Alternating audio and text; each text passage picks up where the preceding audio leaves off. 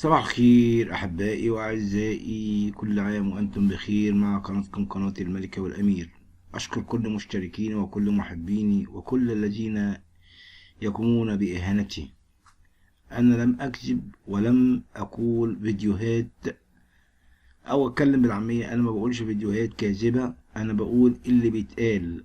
أنا بقول اللي بيتقال في المجتمع يا جماعة. أنا بجيب أخبار مش من دماغي ولا من جيبي. المهم، انا الخبر اللي انا اقوله انا ليس معاه ولا ضد، ولكن منع النقاب داخل المدارس والقضاء الاداري يرد. ماذا بعد؟ قضت محكمة القضاء الإداري اليوم السبت بعدم قبول الدعوى المقامة من المحامي سمير صبري، والتي طالب فيها بمنع ارتداء النقاب في المدارس الحكومية والخاصة والدولية. المحامي: النقاب له قدسيته ولكنه يستخدم في الإرهاب. وأوضح صبري في دعواه أن للنقاب قدسيته في أذهان العديد من المصريين، ولكن في الآونة الأخيرة استغله البعض في ارتكاب العديد من الجرائم، بل امتد الأمر لاستخدامه في جرائم إرهابية. وعلى ضوء ذلك أصدرت محكمة القضاء الإداري حكما يؤيد القرار رئيس جامعة القاهرة بحظر ارتداء النقاب للعاملين، وتم تأييده بالإدارية العليا. وجاءت أسباب الحكم تفصيل شارحا لمنع ارتداء النقاب في أثناء العمل بالجامعات، مؤكدا أن القرار لا تشويه إساءة استعمال السلطة. وردت المحكمة على الدفع بأن قرار جامعة القاهرة جاء مخالفا للشريعة الإسلامية وحرية العقيدة، مؤكدا أن هذا غير صحيح، لأن المحكمة الدستورية العليا انتهت في قضائها إلا أن زي المرأة يخرج عن الأمور التعبدية. شوقي: ليس النقاب خطر على الأمن العام. وأضاف المحامي سمير صبري أن لولي الأمر السلطة الكاملة في تحديد رداء المرأة، وأن تنظيم جهة الإدارة للزي لا يخالف حرية العقيدة وإنما يدخل في دائرة التنظيم المباح. وأكد أيضا الشيخ شوقي عبد اللطيف وكيل أول وزارة الأوقاف، قال إن الحجاب فريضة إسلامية نص عليها الكتاب والسنة، والحجاب هو الزي الذي يستر المرأة وهو عبارة عن تغطية الرأس والعنق، أما النقاب فهو فضيلة ومن المباحات.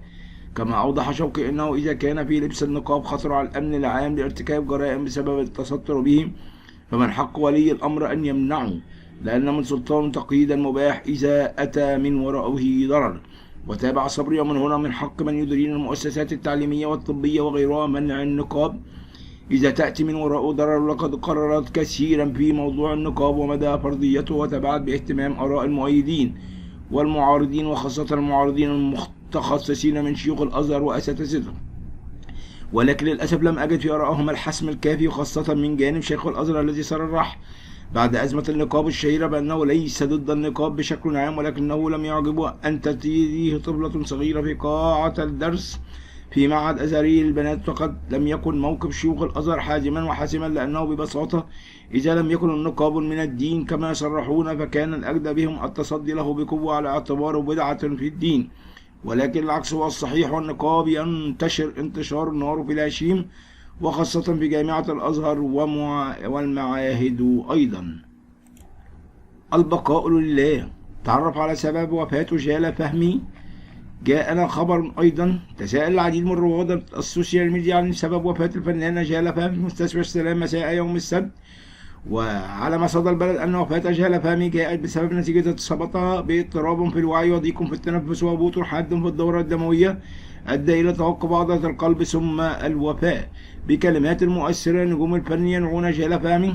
حرص عدد من نجوم الفن على نعي الفنانة جالة فهمي الذي رحلت عن عالمنا مساء اليوم السبت عن عمر ناهز 59 عاما بعد صراع مع المرض. نعي الإعلامي عمرو الليثي كتب عبر تويتر: إن لله وإنا إليه راجعون، خالص التعازي لوفاة الفنانة جالة فهمي.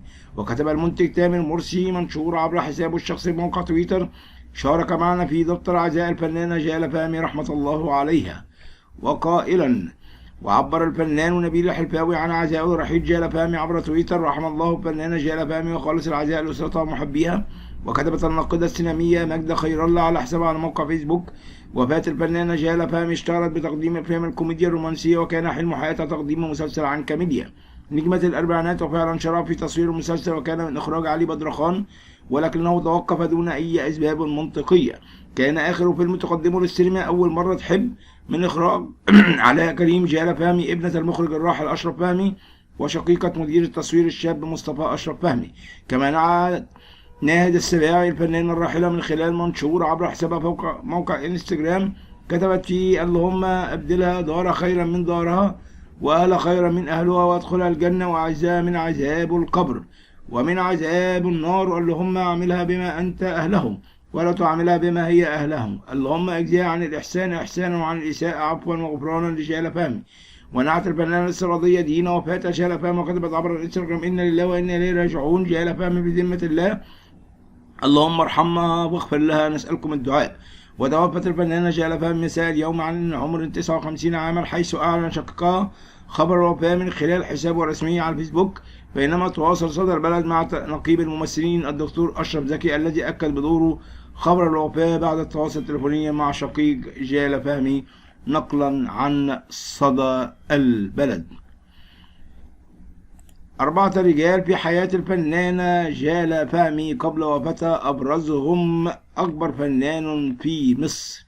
توفت الفنانة جال فهمي منذ قليل عن 59 عاما، حيث كان خبر الوفاة بمثابة صدمة للوسط الفني وعدد من جمهورها ومحبيها بسبب وفاتها بشكل مفاجئ. وتستعرض لكم أبرز المعلومات عليها من التقرير التالي.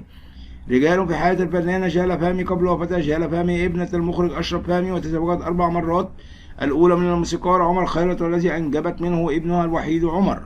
وبعدها تزوجت من شخص من خارج الوسط الفني، ثم تزوجت من المخرج شريف شعبان، وكان آخر زواجها هو المنتج عمرو حجازي الذي أنتج لها فيلم جلا جلا. عملت جال فهمي في برنامج تلفزيوني تحت اسم الحل والحبل، ثم ظهرت في بعض الأفلام في أدوار صغيرة مثل يوم مر ويوم حلو. أيضا بدأت جال فهمي بتقديم أدوار بطولة في عدة أفلامها، منها طقطق وريكا وكاظم بيه، جالا بيتزا، كما عملت في التلفزيون في مسلسلات قليلة منها الوصية وليالي الحلمية. كما عملت جال فهمي المسرح أيضا، لكن لم يكن إنتاجها كبير، حيث قدمت مسرحتين فقط: ولع شعللها، كرنب زبادي. آخر ظهور الراحلة جال فهمي قبل وفاتها تداول عدد مرات التواصل الاجتماعي صورة للفنانة جال فهمي من أحدث ظهور لها من قبل وفاتها بفترة قصيرة، مما أثار حالة من الجدل بين الجمهور بسبب ظهورها بشكل مختلف تماما عن ما كانت عليه، حيث ظهرت الفنانة جال فهمي خلال الصورة المنشورة وهي تبدو نحيلة وملامحها يبدو عليها علامات الشيخوخة بشكل كبير، مما أثار حزن الجمهور. وعلى الفور تفاعل العديد من الجمهور مع الصور المنشورة، مؤكدين أن ملامحها اختلف تماما ويبدو عليها التعب الشديد، داعين لها بالرحمة والمغفرة والجنة. يا الله يرحمها ويرحم الجميع. تصريح صادم من الرئيس الفرنسي عن الحرب في أوكرانيا. ماذا بعد؟ حذر الرئيس الفرنسي إيمانويل ماكرون اليوم السبت من أن الحرب التي شنتها روسيا في أوكرانيا. وقال ماكرون في تصريح خلال افتتاح المعرض الدولي الزراعي في باريس وفقا لقناة فرانس 24 الإخبارية: من المؤكد أنه ستكون هناك عواقب على صادراتنا في القطاعات الرئيسية مثل النبيذ والحبوب والعلف، ومشيرا إلى أن الحكومة تعد خطة صمود لمواجهة العواقب الاقتصادية اللازمة. وتعد فرنسا 9 أكبر مورد للمنتجات الغذائية الزراعية لروسيا بقيمة 780 مليون يورو سنويا بحسب جمعية الصناعات الزراعية الفرنسية. كما أن هناك العديد من الشركات الفرنسية الكبيرة في أوكرانيا تعمل في قطاعات الألبان والحبوب والبذور. وأيضا أكد الرئيس الفرنسي إيمانويل ماكرون أن الرئيس الروسي فلاديمير بوتين تعمد إهمال المسار الدبلوماسي بشأن أوكرانيا، متهما إياه بمحاولة إعادة أوروبا إلى ماضي الحروب الإمبراطورية. جاء ذلك خلال مؤتمر صحفي عقده فجر يوم الجمعة. وأكد ماكرون أن القوات الروسية استهدفت عدد كبير من المدنيين، كما أن أكد الرئيس الأوكراني موضحا أن أوروبا ليست سوقا استهلاكيا بل ستلعب دورها في الدفاع عن مصالحها. الحرب في أوكرانيا. وتابع إيمانويل ماكرون أن العقوبات الأوروبية ستليها عقوبات فرنسية على أفراد روس، موضحا أن فرنسا ستعزز دورها العسكري في دول البلطيق اعتبارا من مارس. وكشف الرئيس الفرنسي عن أن بلاده ستواصل لعب دورها في إرسال وحدات عسكرية إلى استونيا، موضحا أنه سيتم منح 300 مليون يورو لأوكرانيا كمساعدات ومعدات عسكرية، ولافتا أنه سيتم فرض عقوبات فرنسية تستهدف شخصيات روسية. ربنا يحل كل المشاكل، ويا رب تكون البلد أحسن وللأفضل مصر العزيزة المحترمة. تعليق الإعلامي المصري عمرو أديب على الغزو الروسي لأوكرانيا. وماذا قال هذا الشخص؟ علق الإعلامي عمرو أديب على الغزو الروسي لأوكرانيا ووقوف العالم عاجزا عن التدخل مع مشاهدات الأحداث العنيفة التي تعرض لها الدولة الأوكرانية، معلقا العالم استشعر الحرج وبقى في نص هدومه.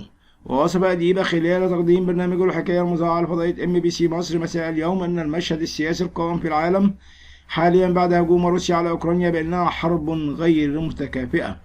وأضاف زي ما تكون ماشي في الشارع وفي راجل بيضرب عيل صغير جامد وتسمع بكاء الطفل ومش قادر تدافع عنه، هذا الموقف مشابه لما يحدث في العالم حاليا.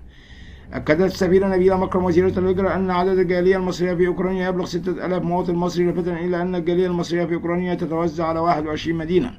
وقالت وزيرة الهجرة في تصريحات لها الآن: منذ التطورات في أوكرانيا كانت هناك غرفة عمليات داخل وزارة الهجرة للتواصل مع رئيس الجالية المصرية في أوكرانيا للتعرف على طلبات واحتياجات الطلبة المصريين. وأكدت أنه لا توجد حالات إصابات لأي من الطلبة والطالبات المصريين في أوكرانيا ولا حالات فقدان لأي واحد منهم، وتنحصر طلباتهم في العودة إلى أرض الوطن. ونشر تفاصيل المنافذ التي من المقرر أن يصل لها المصريون في أوكرانيا، قائلا: لأولادنا في أوكرانيا في 8 منافذ لدخول بولندا. أولا المنافذ الأكثر تجهيزا لكن عليها زحام شديد من الجانب الأوكراني، من الجانب البولندي، من الجانب الأوكراني، من الجانب البولندي. وحذرت وزيرة الهجرة من أحد المنافذ قائلا: يحدث الآن صدمات على منفذ متكيا، ينصح بتفادي هذا المنفذ. ونشرت أرقام الطوارئ في السفارة المصرية في بولندا، وهو 00485141541166 004851153838 نقلا عن الويب. شكرا لكم أحبائي وأعزائي، وإن شاء الله ربنا يعمل الخير لمصر، ويا رب تكون دايما في أحسن خير وأحسن حال. شكرا وأشكركم، ولو عجبكم الفيديو أرجو الاشتراك في القناة. صباح الخير أحبائي وأعزائي، مع قناتكم قناة الملكة والأمير. قصة جميلة. رجل اسمه أو بيشتغل شغل السقة، والراجل ده كان بيعيش في بلد جميلة جدا جدا، وكان دايما بيشيل جرتين، جرة على كتفه اليمين وجرة على كتفه الشمال، والاتنين مربوطين بعصا وبيحملها خلف رقبته. وكانت الجرة على الكتف الأيسر وجرة على الكتف الأيمن، وكانت إحدى الجرتين دول فيها شرخ بيؤدي إلى تسرب المية منها كلما ملأها السقة، فكان كل ما يخرج يملي الجرتين من البير يعود إلى بيت سيده بحمولة جرة ونصف، واحدة مليانة على الآخر والتانية نصها، لأن المية كانت بتتسرب من الجرة المشروخة وبتدلق منها طول الطريق من البير إلى البيت. وكانت الجرة السليمة دي بتعاير الجرة المشروخة بهذا العيب الكبير اللي فيها، لحد ما شعرت الجرة المكسورة بمرارة شديدة في داخلها بسبب عدم قدرتها على القيام بواجبها على أكمل وجه. ظل الحال ده لمدة 2 سنين، والجرة المكسورة يزداد إليها الإحساس بالنقص وصغر النفس. وأخيرا قررت إنها تتكلم مع السقة. قالت له: أنا حاسة بالخجل والخزى وعايزة أقدم لك اعتذاري. سألها السقة باندهاش: ليه عايزة تعتذري؟ عن إيه عايزة تعتذري؟ قالت له: الجرة المشروخة على هذا العمل الناقص اللي أنا بقوم بيه، فبسبب الشرخ الموجود جوايا أنا مقدرش أحتفظ بالماء كاملا في داخلي، لأني نص المية بتدلق في الطريق، فأنت بتعمل مجهود كبير جدا جدا وما بتاخدش أجرتك كاملة. أحس السقة بمشاعر الجرة المكسورة، وفي كلمات جميلة جدا قال لها: في طريق عودتنا من البير إلى بيت سيدي انظري تحتك على تلك الزهور الجميلة اللي نبتت طول الطريق. بالفعل نظرت الجرة لما قال لها السقة وزي ما قال لها، فلاحظت ان الطريق كله مملوء بزهور جميلة والوان رائعة جدا جدا، كبيرة وحلوة طول الطريق من البير الى بيت السيد. ففرحت لوقتها، ولكن سرعان ما عاد لها الشعور بالخزن بسبب الماء اللي بينزل منها طول الطريق، وراحت تعتذر للسقة اللي قال لها: انت ما لاحظتيش ان الزهور الجميلة دي بتنمو فقط من ناحيتك انت؟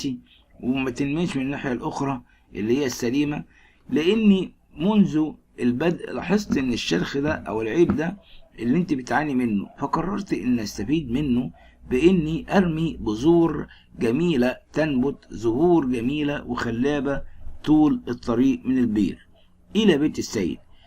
كان مائك الجميل دوت اللي بينزل منه بسبب الشرخ على البذور لحد ما كبرت وزهزهت وبقت زهور جميلة حلوة جدا جدا وخلابة، وانا كمان بقطف منها كل يوم عشان ازين بيت سيدي.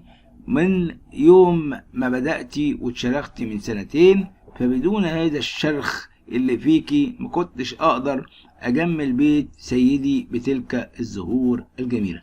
احبائي، كل من منا به شرخ او نقص معين كتلك الجرة المشروخة، ولكن بسبب نعمة الله الغنية اللي بتعمل جوانا، فإن شروخنا الحاجات الناقصة اللي جوانا بتتحول إلى أمور نافعة عندما يتعامل الله معها، ففي اقتصاد الله لا شيء يضيع. وكان السقة حامل جزء الماء جرتان من الفخار، كل منهم معلق في نهاية قائم خشبي بيحمل على رقبته. كانت إحدى الجرتين مشروخة بينما الجرة السليمة التانية سليمة، ودايما ما كانت الجرة السليمة بتحوي كمية مية كبيرة جدا جدا بلا نقصان، وكان بيملأها حتى يوصلها لبيت السيد، بينما الجرة المشروخة بتبقى فقط نصف الكمية اللي بيشيلها السقة من مجرى الماء إلى بيت السيد. على مدى 2 كاملتين كان هذا العمل يتم يوميا لحد عشان بيوصل السقة لحد ما يوصل إلى بيت سيده جرة ونصف من الماء.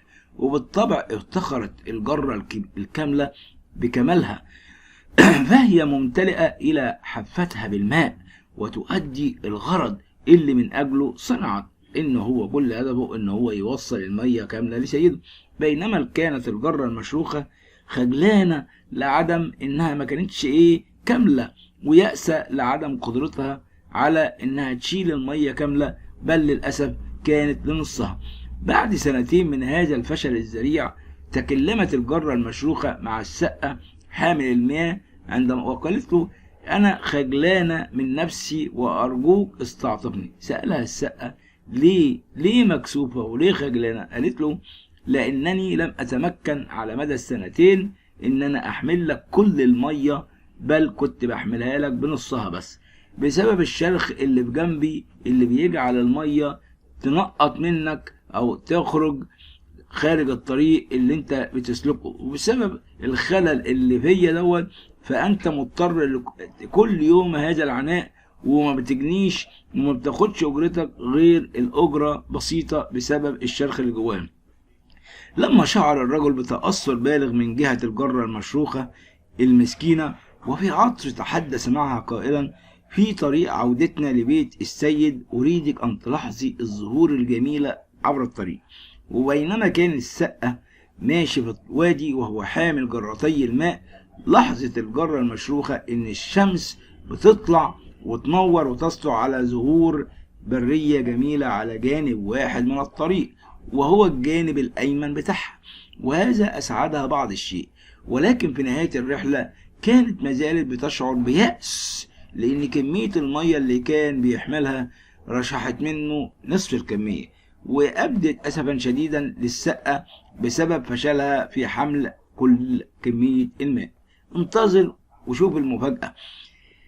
قال السقة: انت ما لاحظتيش ان الزهور دي موجودة في جانب الطريق اللي من ناحيتك، اللي انا بشيله على كتفي اليمين وليس من الجهة الاخرى، لاني عرفت نقصك الدائم واستفدت منه، فزرعت بذور بعض الازهار عبر الطريق على الجانب الايمن. وكل يوم في طريقي عودتي من مجرى المياه بينما انا سائر وحامل الجرتين، كانت هذه البذور تروى من الماء الذي يرشح منك على الجانب الأيمن. ولمدة 2 نمت هذه الزهور وكبرت، واستطاعت ان انا اخد منها وازين بيها مائدة سيدي. فلو لم تكوني بهذا الضعف ما كان بيت سيدي يحظى بهذه الامور الجميلة. هذا الكلام شجع الجرة وأبعد عنها حالة اليأس اللي هيمأت عليها بسبب ضعفها. تكفيك نعمتي يا حبيبي لأن قوتي في الضعف تكمل، فبكل سرور أفتخر بالحرى بضعفاتي لكي تحل على قوة المسيح. إن لكل منا نقائصهم، كل واحد فينا ناقص، كلنا جرار مشروخة، لكن متى سلمنا حياتنا للرب يسوع فهو يستخدم نواقص لمجد أبيه. إذا كنا داخل التدبير الإلهي العظيم فلن يضيع شيئا هباء طالما نحن نخدم مع الله، والله يدعوك لمهام يشير بها إليك. اوعى تضعف، اعرف واسمح لربنا انه يستخدم ضعفك، وان كان جواك ضعف وانت ايضا تستطيع ان تكون أداة في تجميل طريق الله. تقدم بشجاعة عالما ان في ضعفنا نجد قوة الله وان فيه النعم والامين لمجد اسمه القدوس امين. حبيبي وعزيزي، لو القصة عجبتك قل لي وشجعني اكمل واستمر، ولا يكفينا يعني ان احنا نناقش الموضوعات السياسية والاجتماعية والحاجات دي. شكرا لكم احبائي واعزائي، ولكم مني كل الحب والتقدير، وسلام الرب يكون معكم امين. ما تنسوش تشتركوا في قناتكم قناة الملك والامير وتعليقاتكم الجميلة.